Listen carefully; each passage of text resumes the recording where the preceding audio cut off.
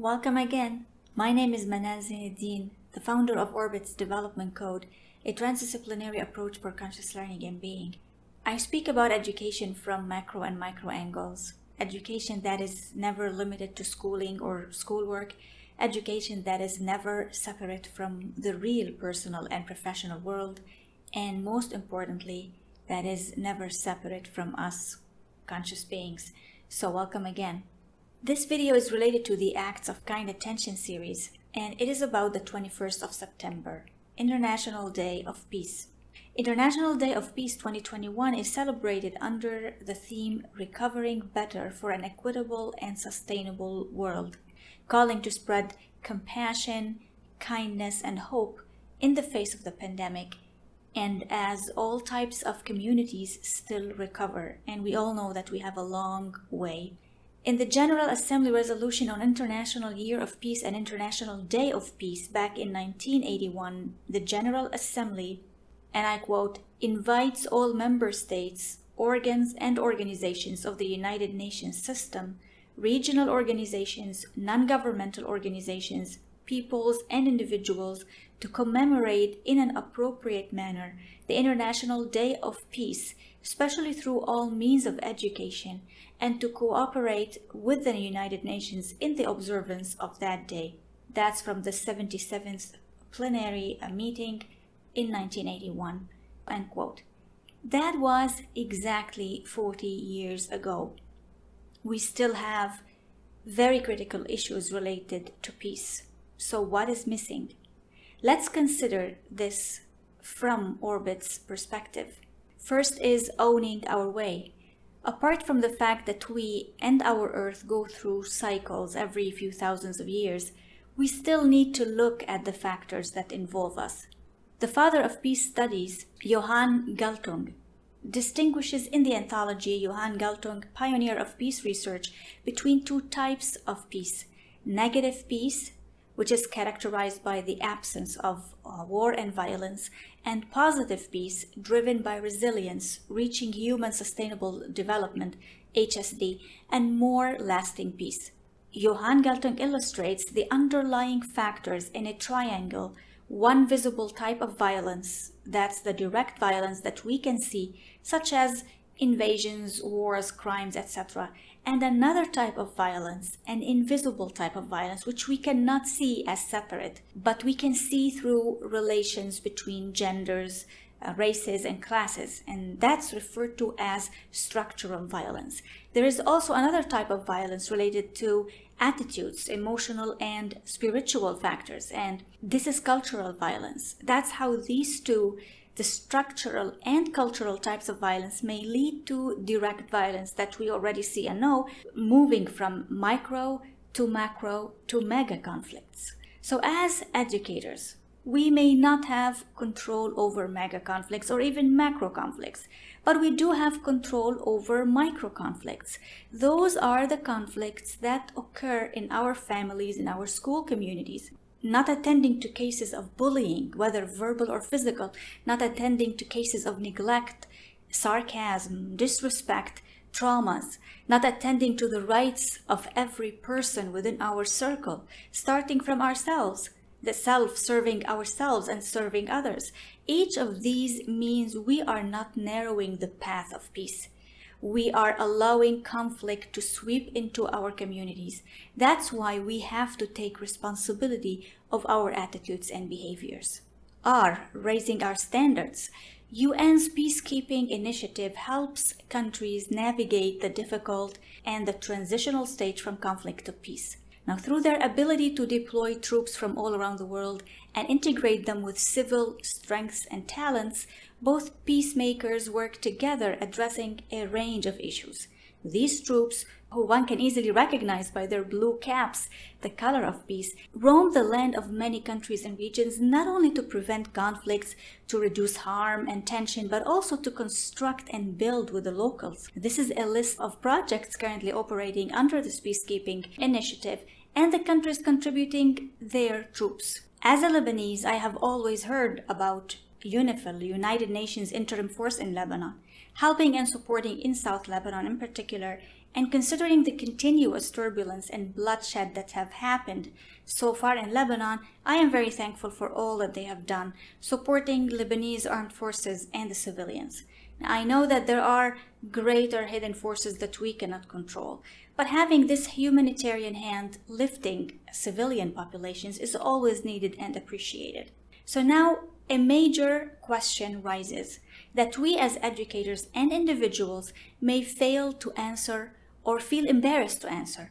What can such initiatives do amidst a horrifying violence in certain regions, especially in areas where those conflicts have lasted for at least a decade, such as in the Middle East?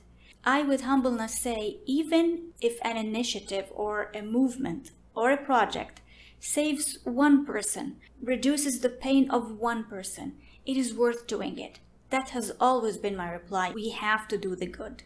So as educators, we can speak about such peacemaking initiatives, this or others, so that learners are not only learning academic subjects. We are here to raise humanitarians, people who feel and consider the pain of others. We have serious roles to play, not just to impart information, but also to raise awareness, and not the occasional type of awareness that would just end at the end of a World Day celebration.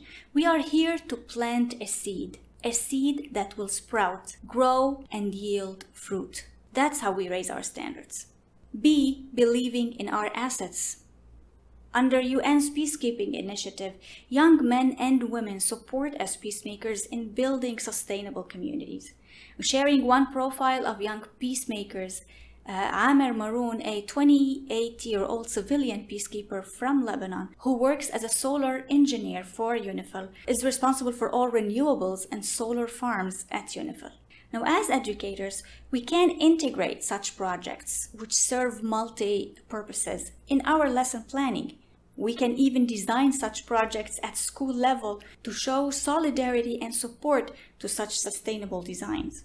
I integrate our mind and positive emotion. Another example of Peacemakers Initiative is the United Nations Interim Force in Lebanon UNIFIL Indian Battalion arranged 12 camps for yoga awareness drive, bringing together troop and the population of South Lebanon, practicing breathing exercises and stillness, and connecting to oneself and the others.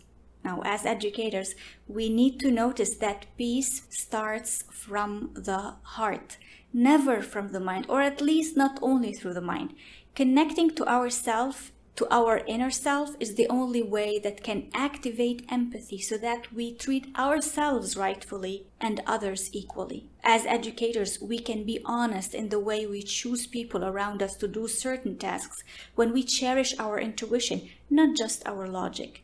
It is the balance inside that can help achieve balance outside. That's how we integrate our mind and positive emotion. Tailoring to our needs and aspirations. During the pandemic in particular, and life in general, we tend to spread fear and anxiety without us knowing or noticing. United Nations launched an initiative in May 2020 titled Verified that included Pause campaign to raise awareness and help stop spreading wrong information, mainly through social media. They teamed up with medical science and behavioral science to identify factors governing such acts. Now, Massachusetts Institute of Technology, MIT, conducted a study both in the UK and the US about Pause campaign and found that, and I quote, "The simple act of pausing to question the origin, credibility, relevance, and accuracy of any information before sharing it on phones, computers, and social media platforms significantly reduced people's propensity to share information," end quote. And I honestly say, even the most informed might fall prey to misinformation at this critical stage. So as educators, we can contribute to peace by raising awareness of such campaigns. Also by practicing pause campaigns within our school circle, or arrange similar campaigns, questioning ourselves before we spread a piece of information.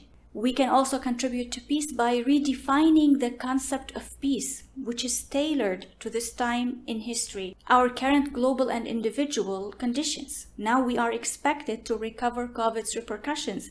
We have to fill many gaps at all levels, so tailoring to our global and local needs and aspirations is urgently needed if we want to restore our peace and stability. We can ask ourselves, what does our community need? What do we wish to have in our community?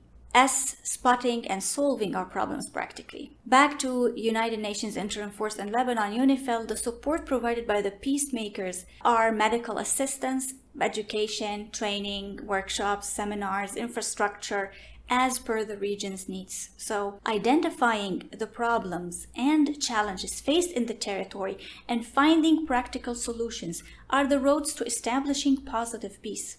So as educators, we can highlight such efforts done by such units and even design projects that integrate cognitive, social, and emotional skills for areas that need help. Whether planned to be in person or virtually, voices can be loud to address problems, and this alone is real-world critical thinking that we are expected to endorse in this 21st century education. As educators, we can also start an observation campaign. When we observe our community and pinpoint areas that may indicate negative peace or positive peace. And here I have to say that no school is perfect simply because we are all humans and we make mistakes. Let us practice authenticity and identify areas that imply absence of peace, and let us solve the micro conflict practically. As this video comes to an end, I reiterate that our role as educators is key to establishing world peace. We and parents and guardians have to plant the seeds of compassion, hope, perseverance to make our world equitable and sustainable. Willy Brandt says, quote, "Peace is not everything, but without peace, everything is nothing," end quote. Subscribe to view more from this series, Acts of Kind Attention, and let's nurture conscious learning and being.